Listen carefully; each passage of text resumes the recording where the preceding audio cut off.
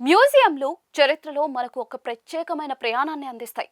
ఇక్కడ దాచబడిన పురాతన వస్తువులు, విగ్రహాలు, కళాఖండాల ద్వారా మనం గత యుగాలను అర్థం చేసుకోవడమే కాకుండా కాలక్రమేణా ప్రపంచాన్ని మార్చిన సంఘటనలను కూడా అనుభవిస్తాం. మ్యూజియంలో కేవలం జ్ఞానాన్ని అందించే ప్రదేశాలు మాత్రమే కాదు, అవి ఎల్లప్పుడూ లోతైన భావోద్వేగ, ఆధ్యాత్మిక సంబంధాన్ని కూడా అందిస్తాయి. ఇటీవల సోషల్ మీడియాలో వైరల్ అయిన ఒక వీడియోలో ఇలాంటి భావోద్వేగాలు కనిపించాయి. వీడియోలో యూకేలోని ప్రసిద్ధ ఆక్స్ఫర్డ్ మ్యూజియంలో జగన్నాథుని అందమైన విగ్రహాలను ఉంచడం కనిపిస్తుంది.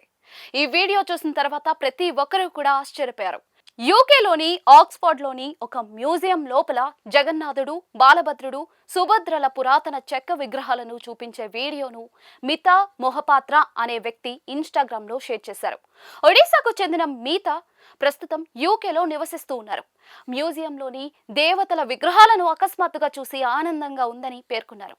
ఈ ప్రత్యేక క్షణం వీడియోను ఆమె తన సోషల్ మీడియాలో పోస్ట్ చేశారు. దీనిని భక్తులు, చరిత్ర ప్రియులు విస్తృతంగా ప్రశంసిస్తూ ఉన్నారు.